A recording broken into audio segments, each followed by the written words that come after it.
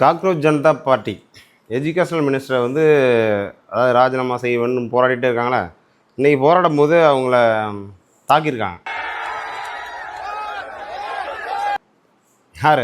அவன் தலைவரியே வந்து போராட்டத்தில் தாக்கியிருக்கான் ஒருத்தன். அப்புறம் என்ன நடந்திருக்கும்? அவனை போட்டு ஊமை கொத்தா குத்திருக்கானுங்க. ஆக்சுவலி இந்த மாதிரி வந்து தாக்குதல் நடத்துறது, அதாவது பிஜேபிக்கு அகைன்ஸ்டாக ஒரு கூட்டம், இளைஞர்கள் கூட்டம் உருவாகக்கூடாதுன்னு சில விஷயங்கள் பண்ணுறாங்கல்ல பிஜேபிஸ். அது வந்து மிகப்பெரிய பவர் தான். பட் ஆனால் வந்து அது வந்து மிகப்பெரிய போர்க்களமாக இளைஞர்கள் மத்தியில் அது ஒரு மாதிரி ஒரு வெறியை தூண்டிடும். ஏன்னா இப்போ இந்த இவிஎம் 4000 ஓட் மிஷின்ஸ் வந்து எழுந்திருச்சு கொல்கத்தா, அப்புறம் அவங்க பிஜேபி ஜெயிச்சது எல்லா இடத்துலையும். அவங்க அதாவது ஃபுல் அண்ட் ஃபுல் வந்து எல்லா பிஜேபி கண்ட்ரோல் வச்சுட்டு இந்த மாதிரி இளைஞர்கள் இப்போ வந்து எல்லாத்தையும் புரிஞ்சுட்டு எழுச்சி மிகுந்து வராங்க, போராடுறாங்க அப்படின்னா அதுக்கு வந்து அங்கேயே ஒரு ஆளை வச்சு அடிக்கிறீங்க அப்படின்னா இது மிகப்பெரிய அளவில் உங்களுக்கே பேக் ஃபயர் ஆகும் பிஜேபிக்கு. இது வந்து அதனால் பிஜேபியை விட்டுருங்க. அதாவது உங்களுக்கு ஒரு எதிர்க்கட்சி பலமாக உருவாகக்கூடாதுன்னு நீங்கள் நினைக்கிறீங்க. அப்படி உருவாகிறது உங்களுக்கு நல்லது.